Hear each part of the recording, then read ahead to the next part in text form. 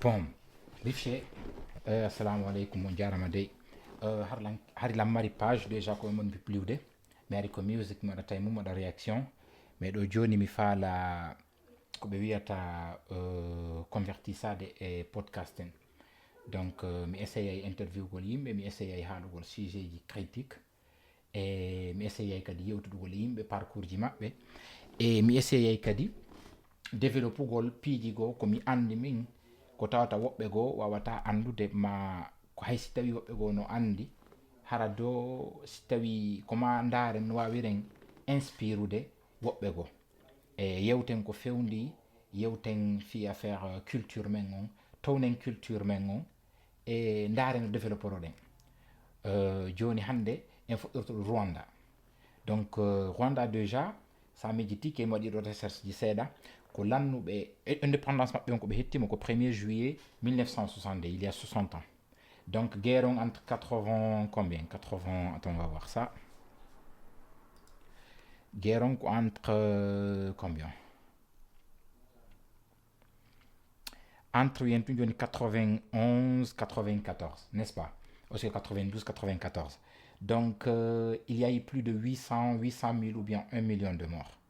Donc ça me dit que il faut 94. J'étais 2 années.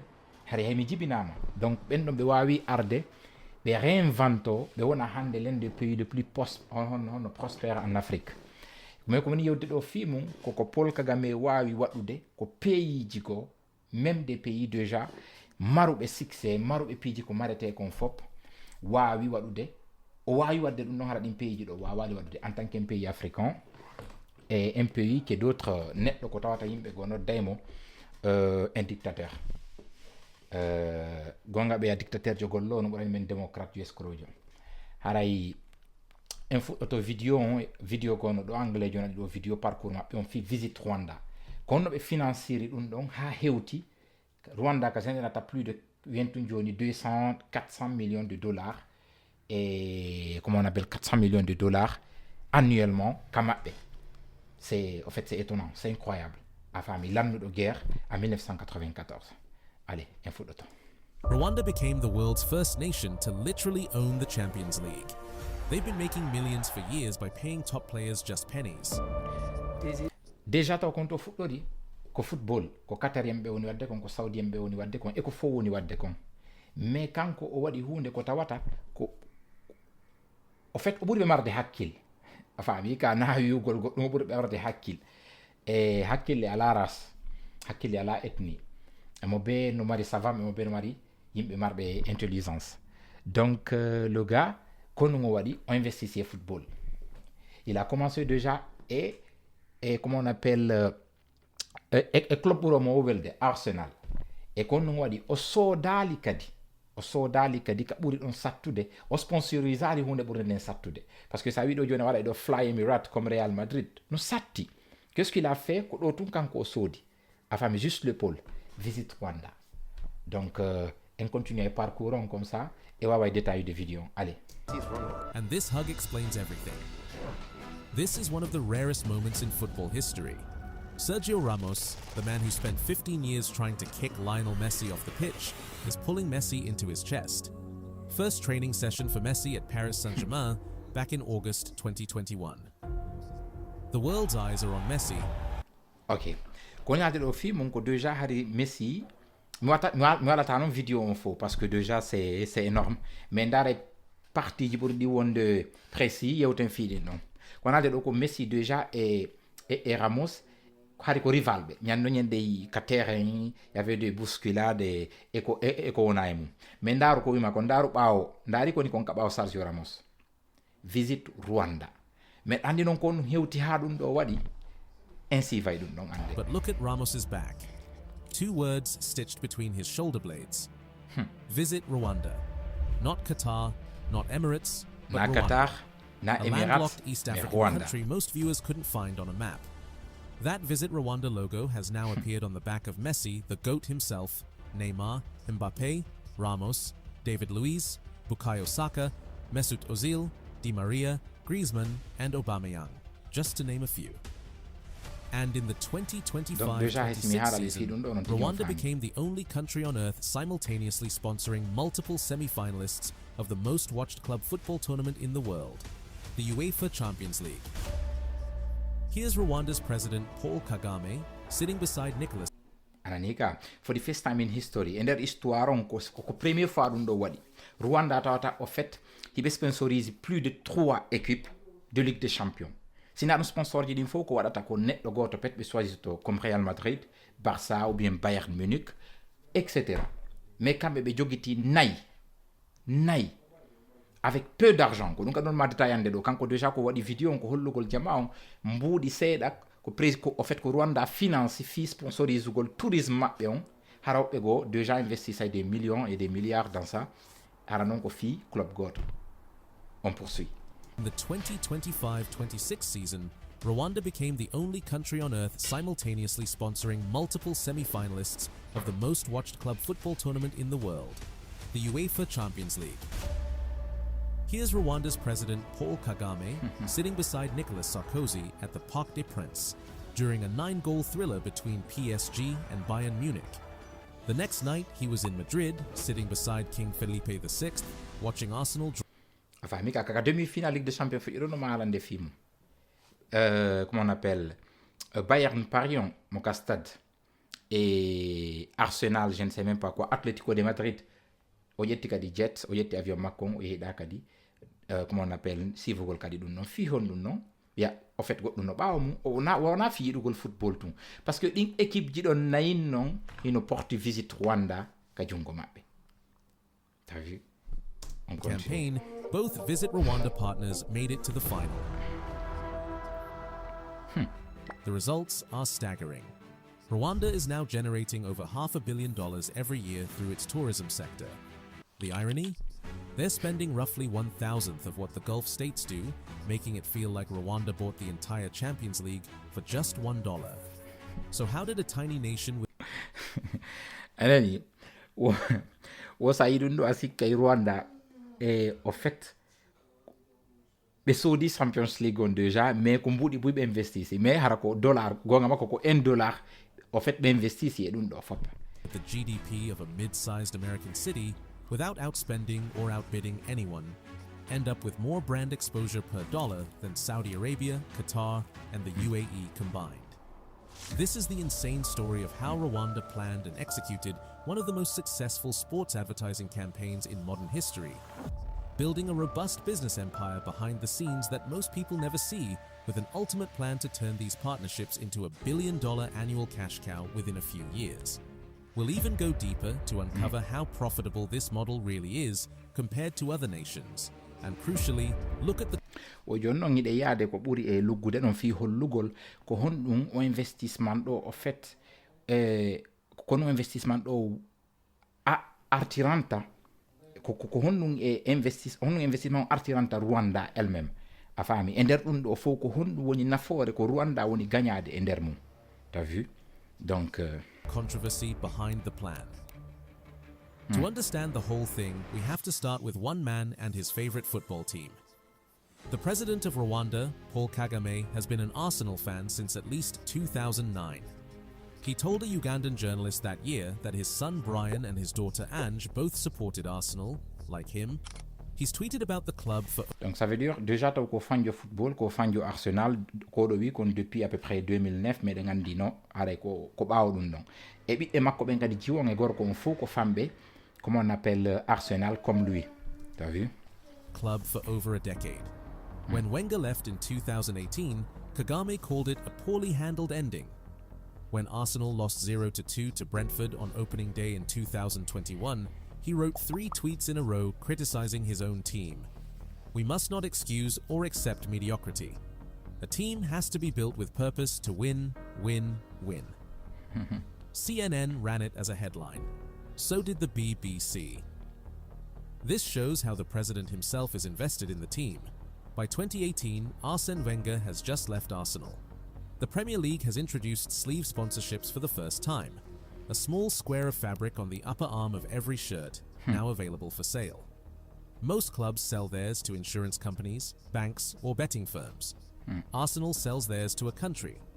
Kagame's government la plupart du temps jama e club ji ɗin ko yeyata ɗum ɗo fayda ko au fait ko banque ji des assurances des compagnies en fait assurance et façon extra au fait lobbying ji ɗin en général mais Arsenal décide kañum ɗum ɗo ko pays ɓe yeyata ɗum ɗo a faami juste ici t'as vu ce que je veux dire on pub ko ɓe wawata wadde ɗo kon tun jungo ngon tun ɓe yeeya ɗum ɗon en pays joni noon kadi ewren noon fof noon backlash woni e mum woɓɓe fuɗɗi yaltugol manifesto wiya no wawata gasude comme en pays génocide pays wonɗo wadde guerre déjà financude rébellion e Congo ɓayɗe andi fi mum woɓɓe no andi fi mum woko honnoon pays wawata kañum sponsorise ude Arsenal non wawata gasude t'as vu et on continue saw something nobody else did.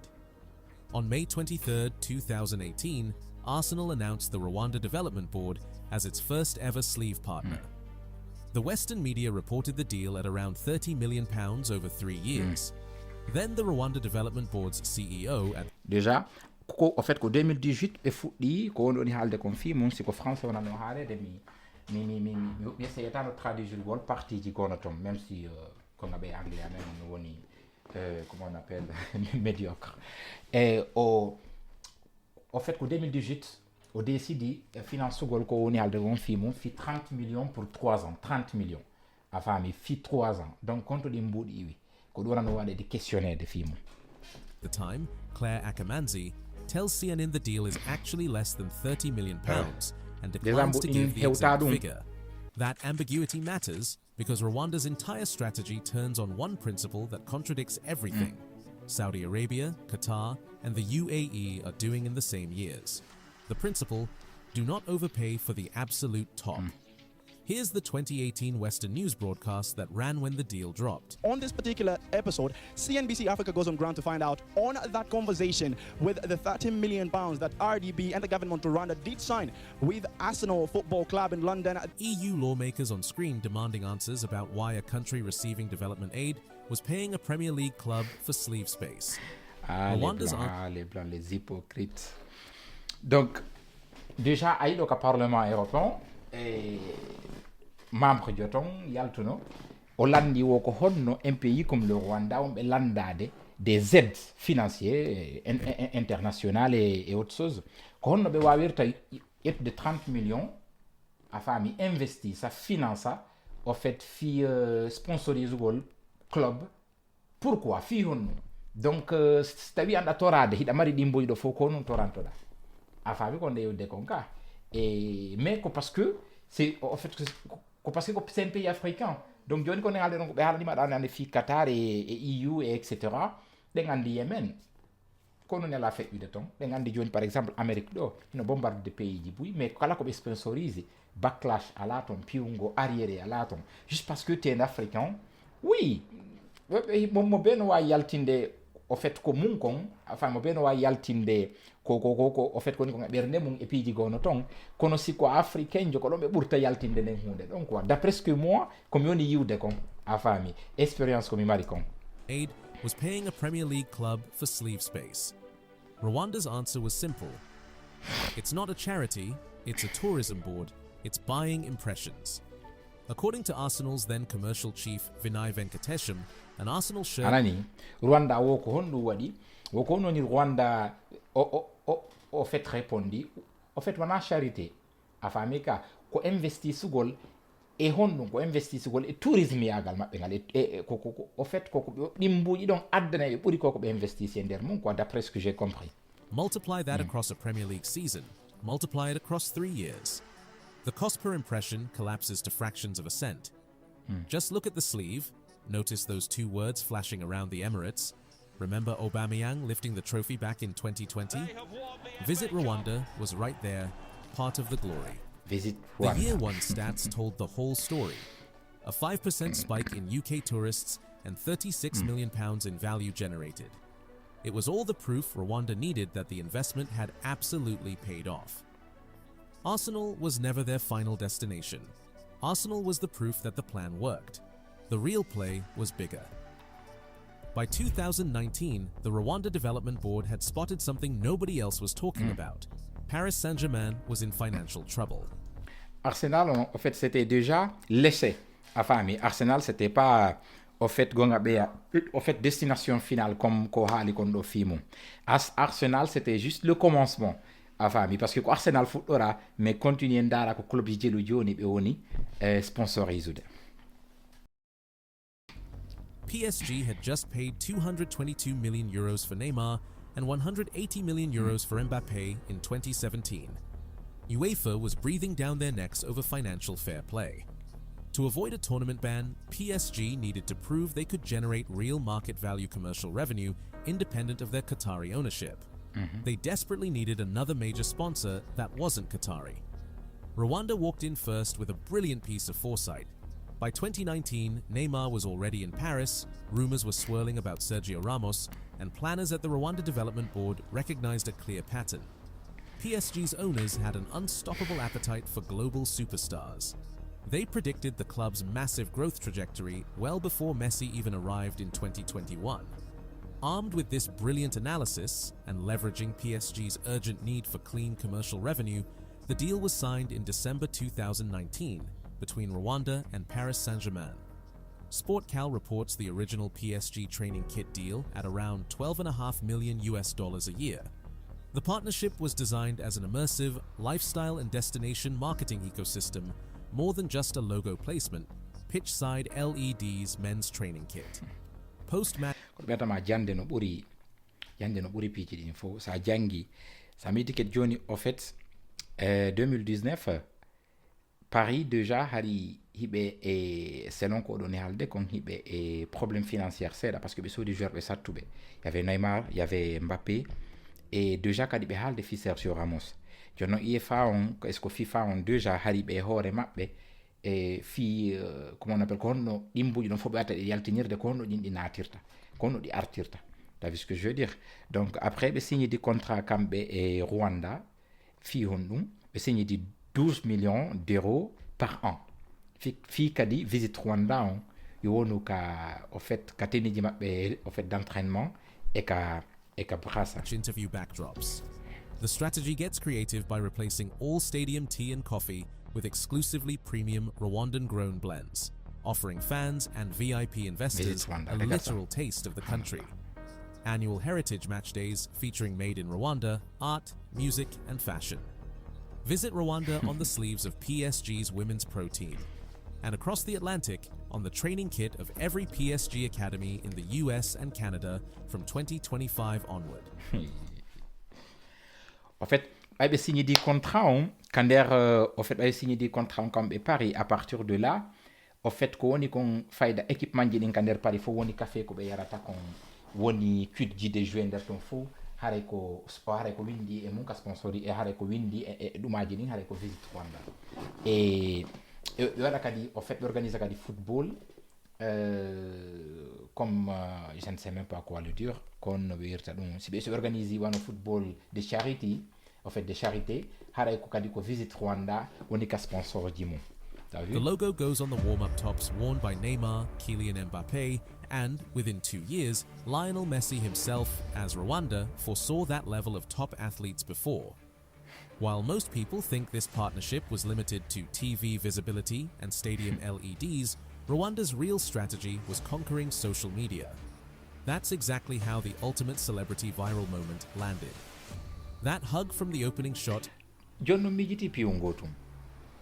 E seɗen ɗo ko matun au fait seɗen ɗo ko matun généra mbuɗi Lionel Messi e Cristiano Ronaldo ko joueur ɓe ɓuura ɓe ten daareteɓe e football ko ɓe wonno Europe joni o Lionel Messi jogitanoma doloke ma ɗum comment on appelle doloke tawata visite Rwanda no e makko andi ko combien de vues on ɗo wona yeyde par match andi ko combien de personnes sabu ɗum ɗon tu yata visite Rwanda c'est énorme joni noon ɗo contrat maɓɓe on taw déjà woni women maɓɓe on rewɓe ɓen ko fijata ɗon football ko ɗum ɓe ɓornoto siko Canada par ce que joni wiyen joni Paris no mari ton école de football e Amérique ɗum ɗon fof pay ko fijata kon fof ko visite Rwanda ko ɗum ɓe entraînorta donc c'est déjà clocked more than 30 million views on YouTube alone, pulling in hundreds of millions more across Instagram, X and TikTok. Having two of the most famous players on the planet carrying Rwanda's logo on their backs generated the kind of massive digital footprint that will keep recirculating for the next decade. Then, the campaign moved from the En fait, stratégie Rwanda, d'après lui, est que, au fait, ko internet on, au fait, ko social media on be fala no capture de tawata, fala no jogita de quoi. Hara ko feƴƴata kon fof kande réseau ji ko woni football rewa e mum hara inde maɓɓe nde rewa e nder mum ndaru par exemple ayi o image monɗa yiwde ɗo joni ka écran déjà comment on appelle Léo Messi kanko e Sergio Ramos ko ɓe arɗon ɓe hiwrodiri an yon image ɗon tun ko jeelu au fait ko combien de vues au générique à internet 30 millions de vues donc même hay si tawi joni wiyen tun joni ko 600 000 personnes dans les 30 600 000 personnes wawi au fait visite de Rwanda 600 000 personnes c'est gagnant pour les Rwandais nanon fitima si 8 millions ma 2 millions ayi screen into the real world. In 2022, PSG flew its stars, Sergio Ramos, Keylor Navas, Julian Draxler, and Thilo Kehrer, straight to Rwanda. Suddenly, you had Ramos walking through Akagera National Park. Un tout petit lion. Lion. Looking up in awe at wild elephants and trekking deep into the mountains to get up close with the country's famous rare mountain gorillas. Gonga makko o joni noon ko ɗon noon tawa au fait yiwɗo noon ƴoyre nde yiwɗo noon intelligence on yiwɗo noon faamu on yiɗanɗo pays mum on andi ari tout est sur l'internet tout est sur visio fof koye au fait koye télé yiyata ma ɗum au fait tout est ari piiji ɗin fof koye image woni a faami après ko ɗum ɓe waɗi finalement kono wonoyi koko ɓe ƴettu joueur ɓe Paris Saint-Germain ɓe nayi ɓe Rwanda donc andi taw déjà caméra ji jokkayɓe et déjà kadi si ɓe hewtoyi ton yimɓe maɓɓe ɓen ko yaltata ndaara ɓe kon ɗum ɗon tun kadi ɓenno mo be maɓɓe kana jogiti téléphone e filmugol e ko wona e ɗum donc ɗum c'est extraordinaire c'est extraordinaire. Suddenly you had Ramos walking through Akagera National Park. Un tout petit lion. Lion. Looking up in awe at wild elephants and trekking deep into the mountains to get up close with the country's famous rare mountain gorillas. Magnifique. Magnifique. C'est la meilleure expérience de ma vie. C'est la meilleure expérience de la vie. But the deepest impact happened back in Kigali. You watch a 12-year-old kid grab the mic to hit Ramos with a serious tactical question about defending. Who was your favorite footballer? Ce pays est déjà en avance. Andi Nipsios le mari quote, mi utilisayon souvent, je vais toujours l'utiliser. O wi ko wawata accande tagaɗo ka aduna ɗo ala ko ɓuri wigol inspiration. T'as vu ce que je veux dire? Sa jangi au fait sa jandi e nder ko ɗum Amérique ɓurdi adunallan fo parce que no wodi ko inspiroɗa sa yalti a yahi goɗɗo maka quartier ma yahi goɗɗo waɗi ɗum ɗo heɓi o wawi waɗude ɗum ɗo o wona ɗum ɗo a wi'ay non min kadi ko ɗum ɗo mi waɗata inspiration on.